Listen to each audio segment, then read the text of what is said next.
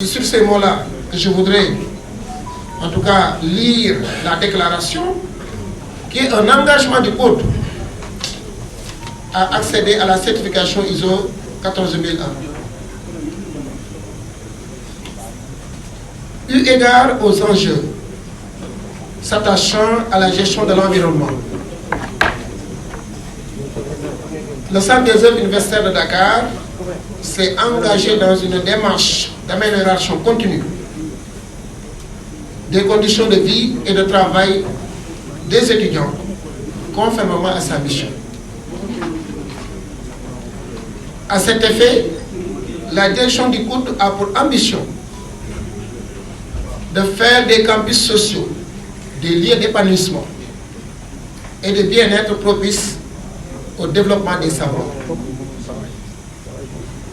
Dans cette perspective, le COUD a pris l'option de s'inscrire dans une voie articulée autour d'un triptyque, à savoir l'amélioration de sa performance environnementale, le respect des obligations de conformité, la réalisation des objectifs environnementaux. Ainsi, à court terme, le code vise la certification ISO 14001, version 2015. À moyen terme, la direction du code a pour objectif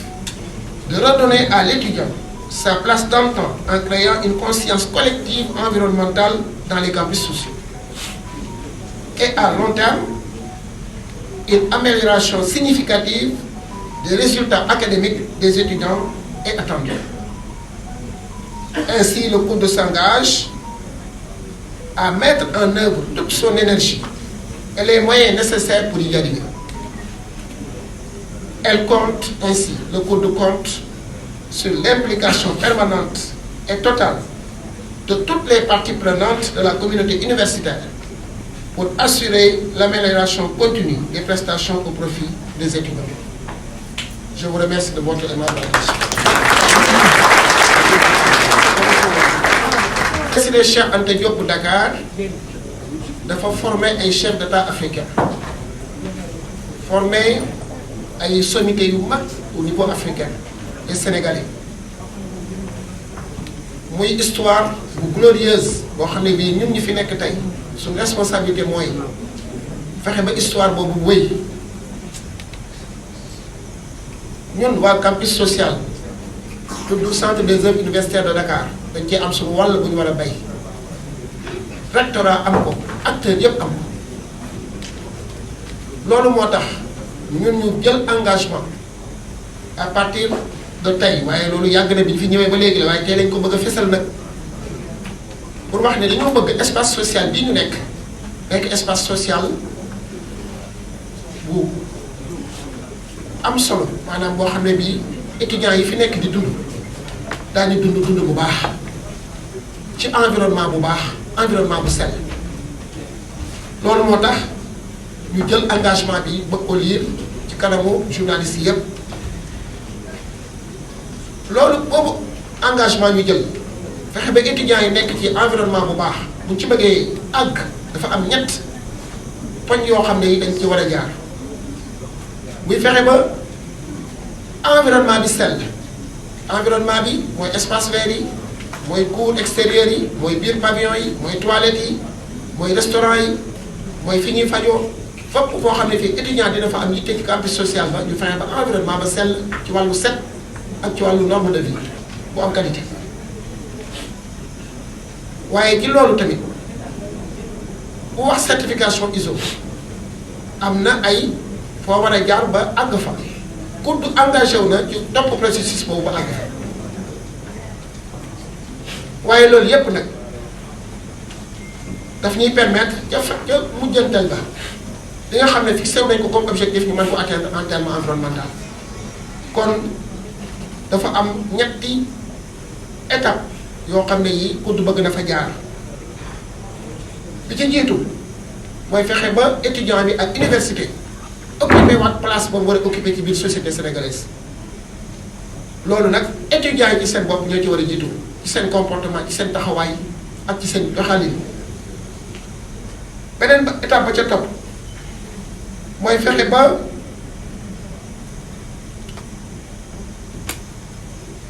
résultat yooyu ñuy viser au plan environnemental am jeexital ci njàngu xale yi ndax nekk ci environnement bu neex baax na bu agréable environnement bu normé baax na waaye loolu yëpp bu ñu ko dee def mooy seen résultat wu li ñuy def au niveau académique résultat yooyu yokku ndax bu ñu dee defar environnement bi mu rafet defuñ ko pour ñu tëdd di nelaw ba ñu jàng seen leçon au contraire dañoo bëgg bu ñu defaree environnement bi ba mu mucc ayib loolu di ab outil bu leen di permettre ñu gën a performant ci seen jàng ni bu leen indi fii donc loolu dafa bokk ci beneen objectif. troisième étape bi nga xam ne nag xëy na boobu sax laa waroon a njëkkee mooy certification ISO 14001 version 2015 COUD am ko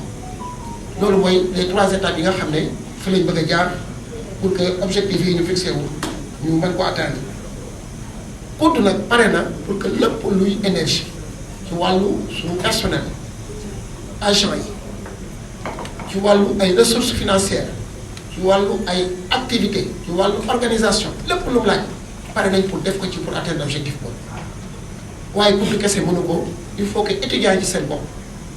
professeurs yi ci seen bopp bépp acteur bu nekk ci espace universitaire bi nga dugal ci sa loxo pour que loolu mën a sotti ndax liggéey la boo xam ne bii du liggéey benn nit du liggéey ñaari nit waaye liggéey bu acteur yëpp loolu laa bëggoon a leeralaat ci déclaration bi